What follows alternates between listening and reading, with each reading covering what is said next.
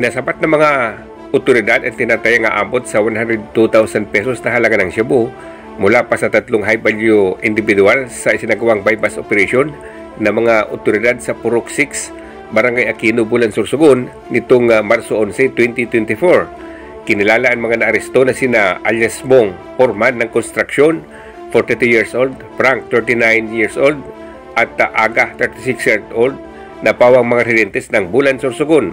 Isinagawa ang nasabi ng operasyon ng mga tauhan ng PIDEA, Sorsogon, Bulan Municipal Police Station, 2nd Police Mobile Force Company, PDAG, SOU 5, 502nd Regional Mobile Force Brigade 5, at 22nd IB, 9th ID ng Philippine Army.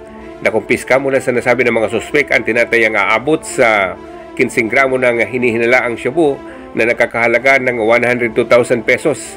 Sa kasalukuyan, nasa kustodiya ng Bulan Municipal Police at nasabi ng mga naaresto, kabilang sa mga nakumpiska ang illegal na droga at naharap sa kasong paglabag sa Republic Act 9165 o Comprehensive Dangerous Drugs Act of 2002. Ang operasyon ay bunga ng mas pinaigting na kampanya ng kapulisan at mga otoridad sa illegal na droga, kung saan ang mga otoridad ay patuloy nagsasagawa ng sabi ng operasyon para sa kapayapaan ng komunidad sa Kabikulan. Iyan naman ang ulat para sa Bunyog, Kabikulan. Ako si Bunyog Ernie Marfil at narito ang video ng nasabi ng drug bypass operation. Pinagsanib po na persa ng PIDEA Sorsogon, Bulan Municipal Police Station at PIDEG SOU 5 Team 1 ay nagsagawa po kami ng bypass operation dito sa Bulan. Kung saan po is dinala po tayo sa isang construction site dito sa Barangay Aquino at nakapag-aresto tayo ng 3 personality at nakapag-kumpiska tayo ng siyam na sachet na may laman ng pinaghahinalaang shabu na nagkakalaga ng humigit kumulang 100,000 piso. At mga drug paraphernalia. Trabaho po ng 3 base po sa ating pagsisiyasat nung tapos na yung ating operation is itong isa, si Nelson, ay siya ang foreman dito sa construction site. Tapos yung 2 kasamahan pa niya is nagtatrabaho din dito sa sa project na to as a construction worker. Opo. Ito pong mga suspect, mga taga saan po? Base po sa profile nila na nakalap natin, ang mga aresto natin ay taga Kasiguran po itong 3. Opo. Opo. Sir, ano po yung mangyayari ngayon sa 3?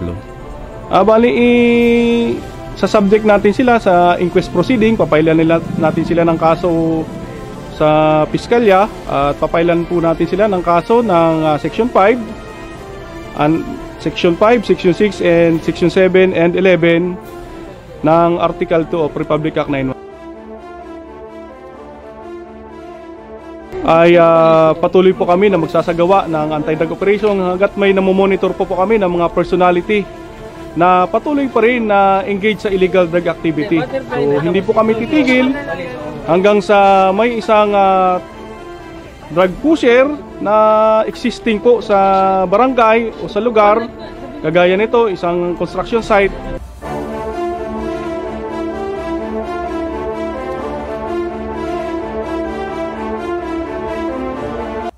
Muli na namang nagkasa ng big-time operations ang Naga City Police sa pamumuno ni Lieutenant Colonel Erwin Rebellion, City Director ng PNP, para sa sustain one-time big-time operations on the enforcement of special laws and local ordinances kahapon, Marso 12, 2024, alas 5 hanggang alas 7 ng umaga sa pamumuno naman ni Police Lieutenant Colonel Honisto Goron at Police Lieutenant Colonel Dario Cola.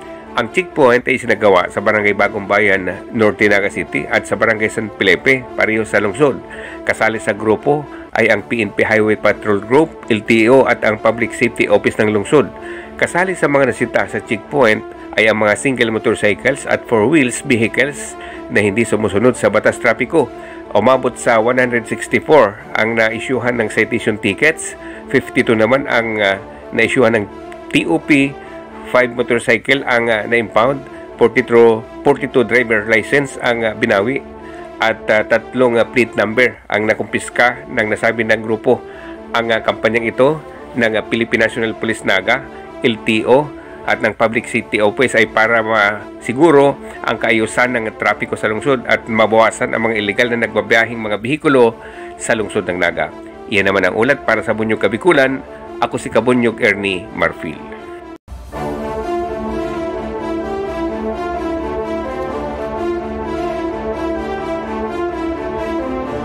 Sa 2.9% headline inflation sa Bicol ngayong buwan ng Pebrero 2024. Ito naman ang inihayag ng Philippine Statistic Authority, Bicol Regional Director Engineer Cynthia Fernandez, kung saan ang nasabing bilang ay bumaba ng 3.1% inflation noong buwan ng Enero at 8.8 naman ng Pebrero 2023. Ayon kay Engineer Fernandez, naka-apekto ito sa mababang inflation sa Bicol ay ang pagbaba naman ng bayarin sa tirahan, tubig, kuryente at gas, maging sa mga prime commodities, accommodation services, restaurant at sa health services.